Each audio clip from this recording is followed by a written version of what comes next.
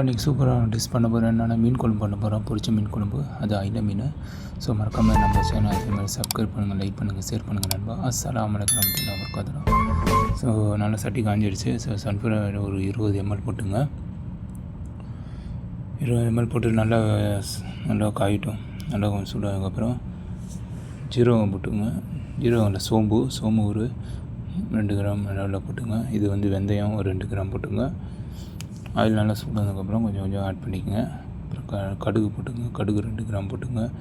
பெப்பர்லாம் போடுவேன். பெப்பரும் ஒரு 2 கிராம் போட்டுங்க, முழு பெப்பரு. ஸோ எல்லாம் போட்டுட்டு நல்லா இதாகட்டும். அப்புறம் கருவேப்பிலை உங்களுக்கு தேவையான அளவு போட்டுங்க. ஸோ இப்போ வெங்காயம் போட்டுக்கிறேன். வெங்காயம் நல்லா இதாகட்டும். வெங்காயம் ஒரு 2-3 போட்டுங்க. நல்லா சாப்பிடு வெங்காயம். அந்த பெப்பரும் போட்டேன் பாருங்கள். அப்புறம் 1 கிராம் 2 கிராம் கூட போட்டுக்கலாம். முழு பெப்பர் போட்டுங்க, சூப்பராகும்.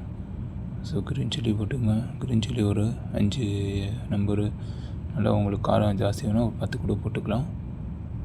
சூப்பராகும் நண்பா.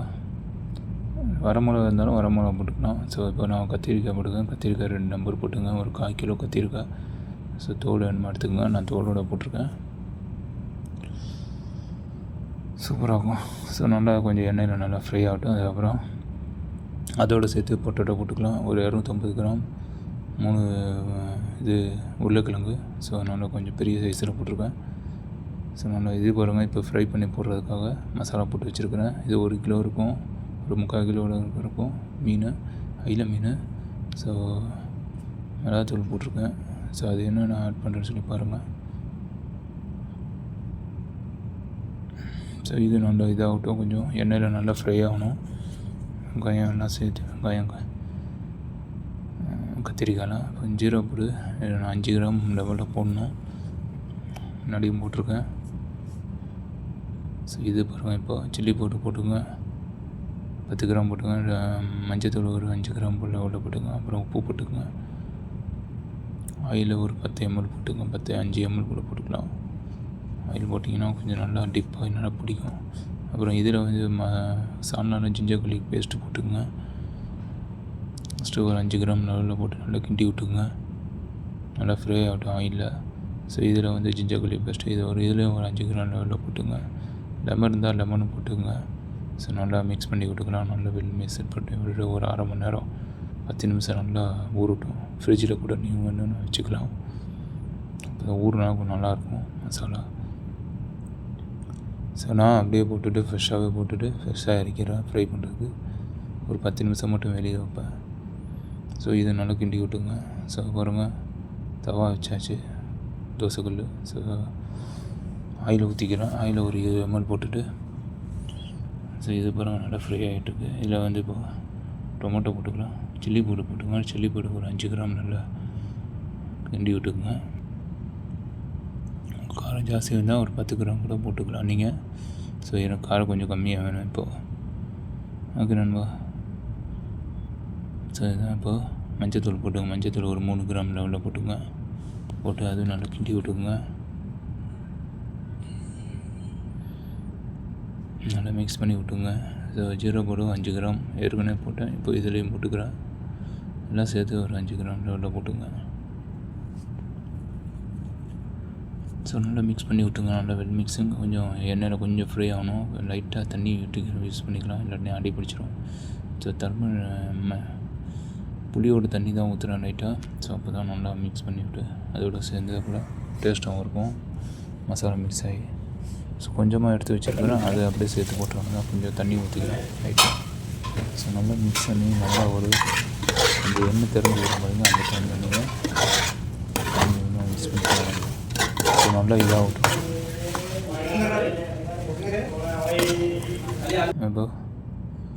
இப்போ ஃப்ரை பண்ணிடுவாங்க தான் மீனை, ஐல மீன் மசாலா. நல்லா ஒரு 10 நிமிஷம் இதாகிடுச்சு, நல்லா சோக் ஆகிடுச்சு, ரெஸ்ட்டு கொடுத்தாச்சு. ஸோ இதை அப்படியே தவாவில் போட்டு இறக்கிறவங்க தான். ஸோ ஒரு டிப்டாக இருக்கும், நல்லாயிருக்கும் பாருங்கள். போட்டாச்சு எல்லாமே செம்மையாக இருக்கும் பாருங்கள். மீன் இந்த மாதிரி ஃப்ரை பண்ணி போட்டு சாப்பிட்டு பாருங்கள், செம்ம டேஸ்ட்டாக இருக்கும். அது ஒரு டிஃப்ரெண்ட்டாக இருக்கும். எப்போயுமே நம்ம தமிழ்நாட்டில் வந்து அப்படியே முழு சாப்பிடுவோம். ஸோ இப்போ வந்து தக்காளி போட்டுக்கலாம். தக்காளி ஒரு நம்பர் போட்டுங்க. அதை நல்லா மிக்ஸ் பண்ணி விட்டுங்க.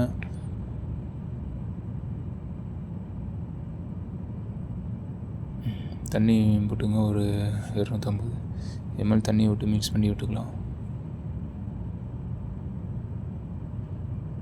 நல்லா கொஞ்சம் கொதிக்கிட்ட தண்ணி நல்லா மிக்ஸ் பண்ணி விட்டுக்குங்க. சட்டி மாற்றணும். கமெண்ட் பண்ணுங்கள். கமெண்ட்லாம் பண்ண மாட்டீங்க. என்னோடய சேனல் அப்படியே ஃபாலோ பண்ணுங்கள், சப்ஸ்கிரைப் பண்ணுங்கள், லைக் பண்ணுங்கள் நண்பா. ஸோ எனக்கு ஹவர்ஸ் வேணும். சப்ஸ்கிரைப் வந்துடுச்சு, ஹவர்ஸ் கொஞ்சம் வேணும். ஸோ புளி தண்ணி மிக்ஸ் பண்ணி விட்டுங்க.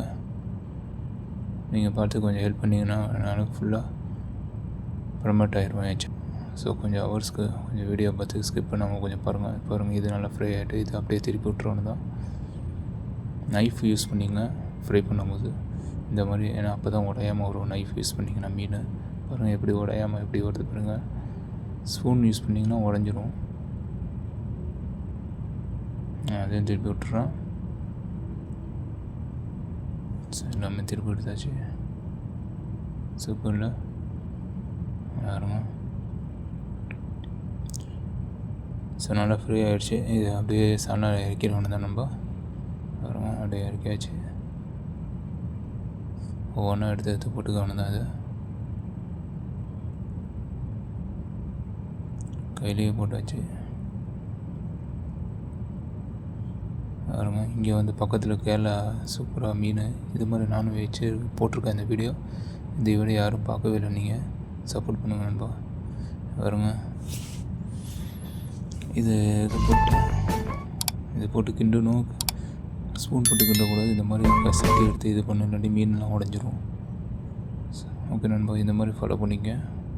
கரண்டி போட்டு உடஞ்சிது போட்டு கிண்டிங்கன்னா எல்லாமே உடஞ்சிரும் மீன். ஸோ இதான் நல்லா டிப்டாக இருக்கும் குழம்பு. புளியெல்லாம் போட்டு நான் உங்களுக்கு சாப்பிட்ற வீடியோக்கு போடல இதில். சாரி நண்பா, சார் டைம் கிடைக்கல நம்மளுக்கு. ஸோ இதுதான் வேறு லெவலாக இருக்கும். பார்த்தீங்கன்னா கத்திரிக்காய் உருளைக்கிழங்கு எல்லாமே போட்டு மீன் எல்லாம் போட்டு செமையாக இருக்குது. ஓகே நண்பா. ஸோ மறக்காமல் என்ன சேனல் சப்ஸ்கிரைப் பண்ணி லைக் பண்ணுங்கள், ஷேர் பண்ணுங்கள் நண்பா.